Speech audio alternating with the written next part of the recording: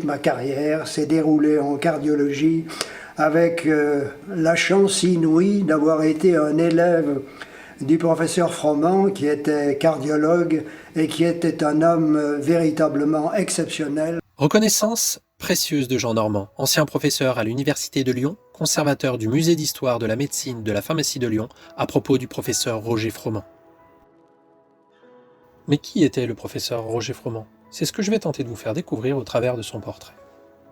Né le 18 janvier 1907 dans le 6e arrondissement de Lyon, Roger Froment est le fils de Jules-Victor Froment et de Nelly Verline, fille de Jeanne Faure et de l'ingénieur Charles Verline, ingénieur et fondateur des moteurs Niel. La médecine, une histoire de famille.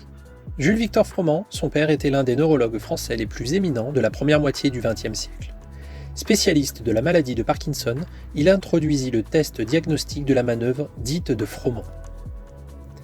Roger Froment passa une partie de son enfance dans le 6e arrondissement de Lyon, au 9 cours Morand, qui deviendra, après 1945, le cours Franklin Roosevelt. Issu d'une famille d'une grande culture, il fut au contact dès son adolescence avec l'intelligentsia littéraire française. Alors qu'il devait effectuer son service militaire, un accident de santé provoqua sa réforme. Il se retrouve donc disponible pour étudier la médecine pendant que ses camarades de promotion d'internat accomplissaient leurs obligations militaires. Ce choix signifiera l'entrée de Roger Froment dans le monde de la cardiologie. Il suit alors bénévolement en surnombre le service de Louis-Bénédicte Gaillavardin, médecin spécialisé dans la cardiologie, connu pour le phénomène de Gaillavardin, une référence sur la mesure de la pression artérielle. Le 30 septembre 1930, Roger Froment se marie à Élise Berrier, à la mairie de Bourgoin-Jallieu, avec qui il aura 4 enfants, Odile, Anne, Alain et Éric. Conquis par le prestige de Gaillavardin, il lui demandera en 1932 le sujet de sa thèse, consacrée aux tachycardies paroxystiques ventriculaires, et lui succédera quelques années plus tard à la tête de l'école lyonnaise de cardiologie.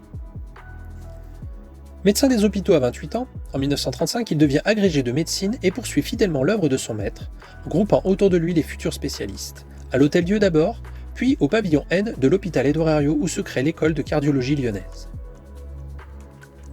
À la veille de la Seconde Guerre mondiale, en 1938, il est nommé chef de service, puis sur sa demande, guéri de ce qui avait motivé sa réforme, Roger Froment se fait intégrer dans l'armée.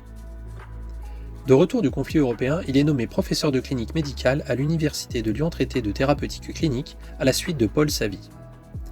Il interviendra au début des années 50 en tant que maître de conférence à Barcelone pour parler des maladies du cœur chez l'enfant et chez l'adolescent.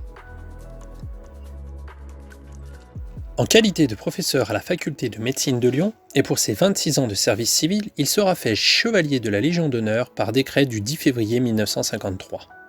En mai 1959, Jean Berthoin, alors ministre de l'Intérieur sous De Gaulle, subit un malaise cardiaque le jour de sa réélection au Sénat. Sur conseil du professeur Roger Froment, il quittera ses fonctions ministérielles pour se consacrer uniquement à son mandat parlementaire. Roger Froment deviendra professeur de clinique de prophylaxie cardiovasculaire afin d'enseigner l'ensemble des mesures à prendre pour prévenir les problèmes cardiovasculaires. Il occupera également le poste de directeur de l'Institut de chirurgie et d'expérimentation cardiovasculaire de la faculté de médecine de Lyon. Excellent enseignant tout au long de sa carrière, il a fait paraître plusieurs ouvrages d'une grande valeur scientifique, s'intéressant surtout aux modifications du rythme cardiaque, à la pathologie de l'endocarde et aux coronarites, afin de promouvoir en France l'ensemble des mesures à prendre pour prévenir les problèmes cardiovasculaires. Le 31 mars 1961, en qualité de professeur à la faculté de médecine de Lyon, il sera promu par décret officier de la Légion d'honneur. En 1968, il assiste à l'hôpital Édouard Herriot, dans la clinique de chirurgie cardiaque, le professeur Pierre Michaud lors de la greffe du cœur pratiquée sur M. Noël Moissonnier, âgé de 34 ans. Entre 1968 et 1972, il dirige une unité de recherche de l'INSERM concernant l'athérosclérose et l'hypertension artérielle, puis aux côtés d'André Gonin et André Perrin, il dirigea les services de cardiologie adulte de l'hôpital cardio-pneumologique Louis Pradel. Il sera promu commandeur de l'Ordre national du mérite par décret le 18 décembre 1974 en qualité de professeur à l'université Claude Bernard à Lyon. Membre de l'Académie nationale de médecine et de l'Académie des sciences, il sera élu correspondant national pour la division de médecine le 27 novembre 1973 et membre non résident le 29 mars 1977. Lettre et érudit, Roger Froment avait une passion littéraire pour Paul Valéry. pour qui il apporta sa touche personnelle à la 31e strophe du poème Le Serpent. Cette soif qui te fit géant, jusqu'à l'être exalte l'étrange, toute puissance du néant.